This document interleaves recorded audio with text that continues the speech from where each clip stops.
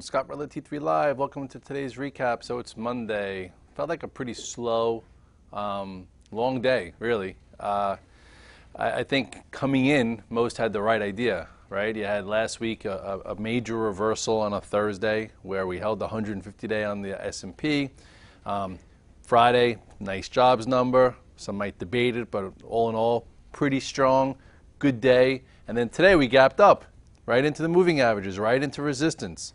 And I think a lot of traders tried to fade the opening move, okay, or at least had like maybe a hedge on. I had 4 longs, I think, in a hedge, so at least tried to add some to their hedge in order to trade out of it.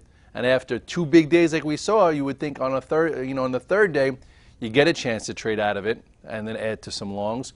Or if you came in flat, at least that was the trade I would think calculated. Short versus all the moving averages. We just went 2% in 2 days, or from 1924 to 1976. That's the way to do it, or at least not buy. Anyway, let's just go right to the chart. If you look here at the spiders, here was your red dog reversal. Okay, nice red dog reversal right around that 193.91. You go. I don't know why it's not in here now. You go to your basic studies. Go to your moving averages. We held the 150-day. So the 150-day was right there. Went through it by like 30 cents or so, or 40 cents. Then you had your follow through. And then today we gapped up into the moving averages, into the 50-day, into almost a 21-day. So why would anyone be chasing that? Okay, so I'm sure some guys were, kept themselves in check or whatnot. So what do we know now? Okay, let's pretty much go like this. Some people were like, Red Dog, why'd you say we should be holding 195.75 or 1955-ish on the S&P? Because I'm like, I want to see what type of retracement we have, what type of speed we might have. So anyway, this is the wrong one. Let's go to Fibonacci retracements from here to here.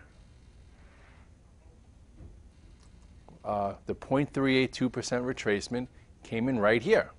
If we would have held the top 25% of it, oh, that's super duper strong. That means like it's a pain trade, which nobody wanted. But holding the 0.382%, pretty good. And now if we were to digest above today's low for a few sessions, maybe a better trade will develop above this descending channel. Now there was a small chance we could have came in and tested, this 195.04, which also is the gap from Friday. So that's what I was looking at. I was looking at my 5-minute chart. So if you look at the 5-minute chart, okay, it even becomes a bit more clear. Because on the 5-minute chart, it basically came in to retest where it kind of broke out and retested in the afternoon from Friday. And then I was thinking maybe if we got really weak, which we still could test this, we would test the gap at 195.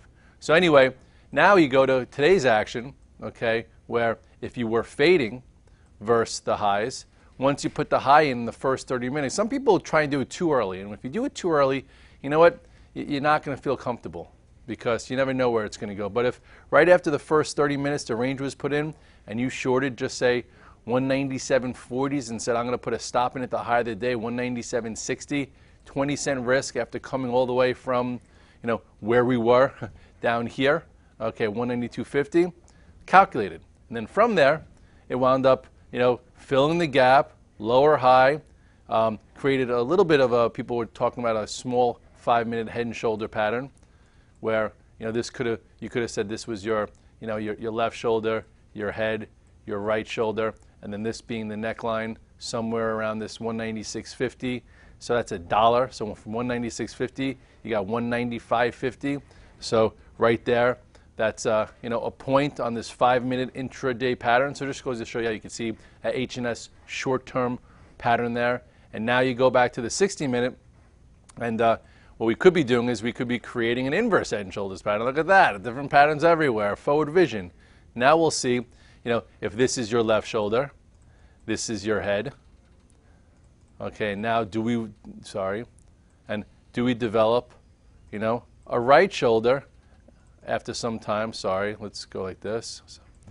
And at some point, sometimes it takes a few sessions. Look how many sessions 1, 2 took for this, or actually 3 or 4.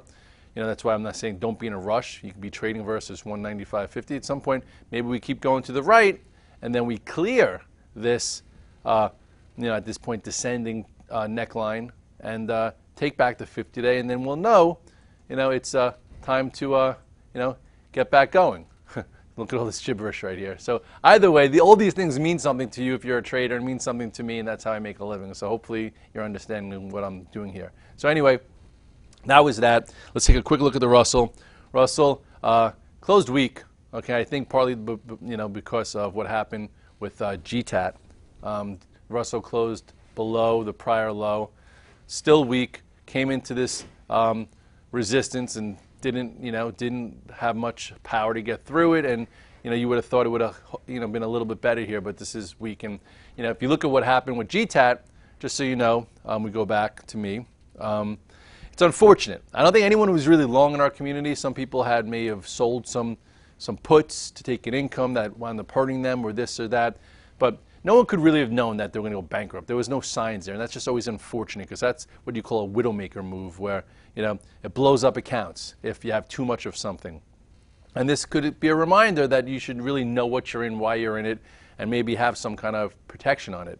Now, GTAT, which we traded a lot when it was on the move, okay, GTAT was a really good stock for, look at this. This was when it was trending. It was trending above the 8-day this entire time, flagging, going up.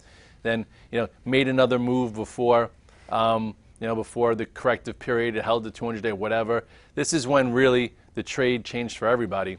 Anyone that was looking constructive on GTAT from a chart perspective probably sold it right there. Okay, you have a lower high.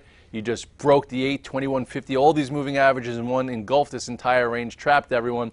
That should have been your way out on the weekly. So you go like to here, and you go to your weekly chart right there. That just said, you know what? Get out of Dodge. And then some would have thought, this is also like an H&S pattern. So whatever, I'm not going to dig too much into it, but lo and behold, they filed Chapter 11 and, went out today at, at 80 cents. And that probably shakes some people up in small cap world, right? In small cap world, anything could happen, or mid to small cap world, where they don't have huge amounts of cash, huge buybacks, dividends, sponsorship, the whole 9 yards. That could happen. You look at the chart here one more time. This was 2013. In 2013, what was this? Almost 2 years ago, this was $2. So again, came from a lot lower.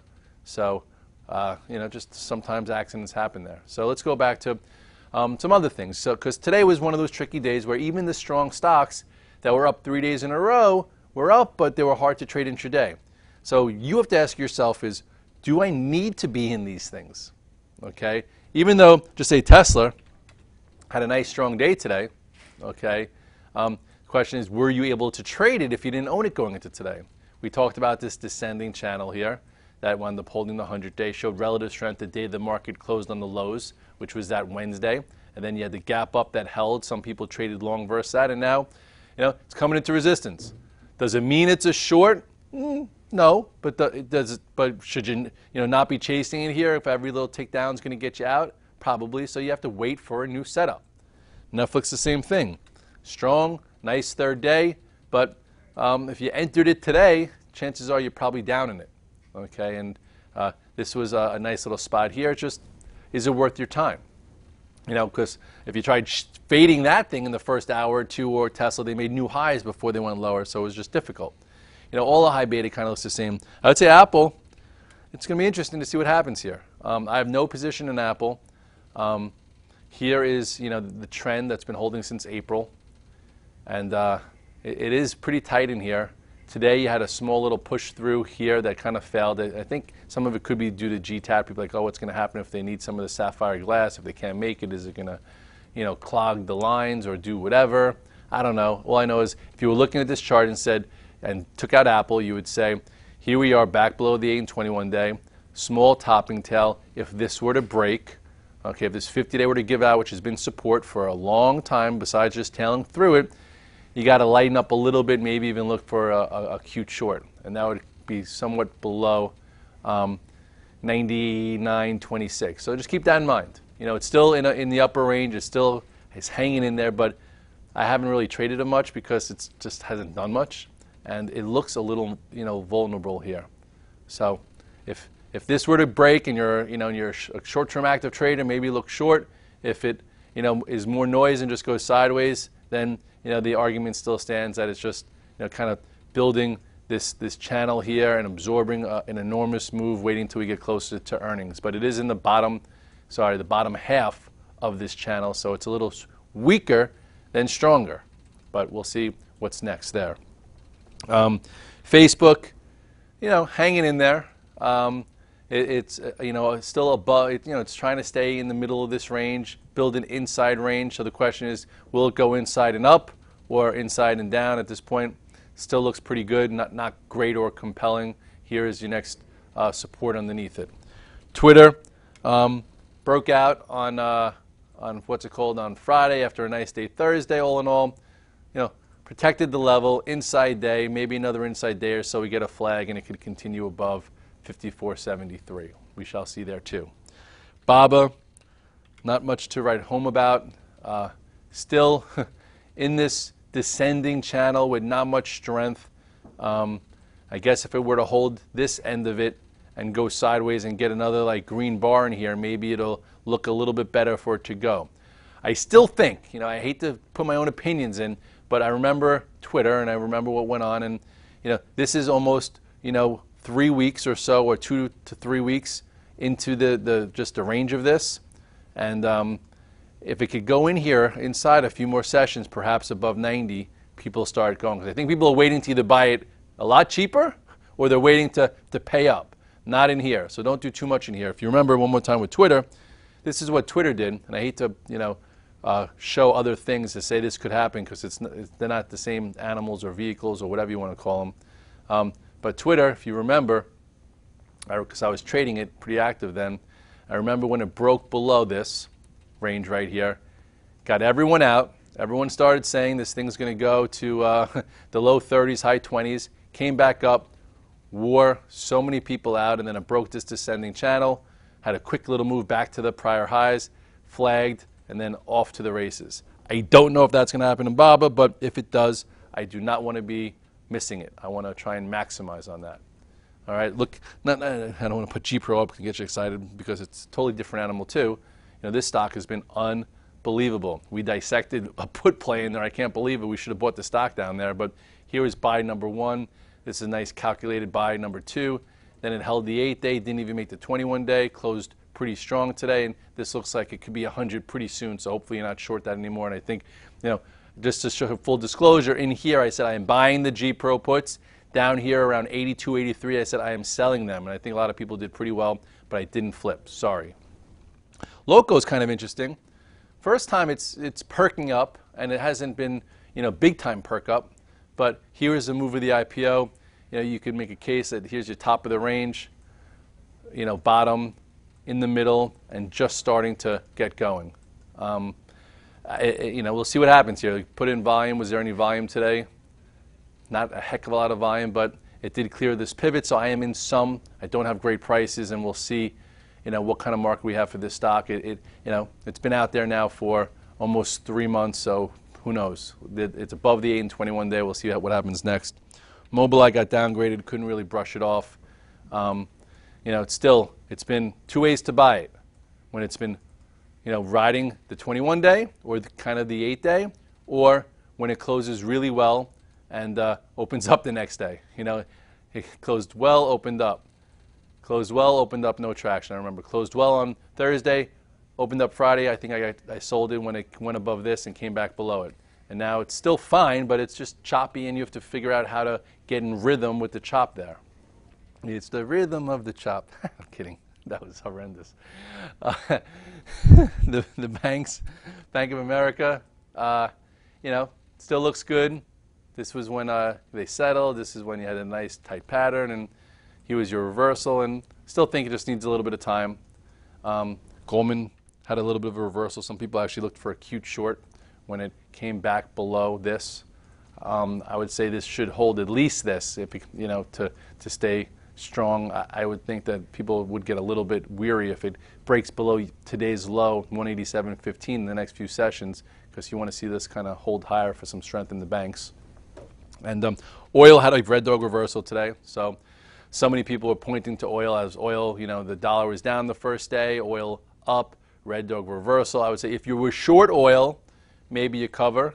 But if you were looking to be long it, I would not be anything more than a tier 1. Tried here, failed, tried here, failed even worse. I know people have been trying, the XLEs and the OIHs, and they've been just, every time they've tried to rally, fail. Tried to hold in there, fail. I guess some were thinking this was capitulation type volume, but I don't know. It's not looking great to me. If you're long it, be long it versus this and have a tight stop, and we'll see what happens next. And the metals were funny. I talked about it in my morning call. I've been pretty bearish on them for a while, and then today they were below the pivot, and or up 30 cents. I looked at the futures this morning. The first article was, don't buy gold. So I'm like, I think consensus is as negative and as bearish as possible. So maybe you cover some or do something there. And anyway, as of this day, the GLDs filled the gap. Big deal. Okay, so this is when it broke this wedge to the downside. Here is when it traded below this pivot and filled the gap there. So with all that said, as you can see, entries and exits matter. From early last week, being short, being out of things, and looking at the pivots to the downside, to the Thursday, Friday for the pivots and the reclaiming things to the upside, and then today, selling the early morning strength, and then maybe buying that retracement level that we just went over. And now we could see a few days of this inside action to see the commitment and let some flags and patterns develop. So we have today's low to trade against tomorrow. We know today's high. We're not going to overtrade. We're going to look for some relative strength and weakness and continue to take some trades. And if there are no trades and no A-plus setups, you're allowed to do nothing. Nothing's better than losing money. See you tomorrow morning.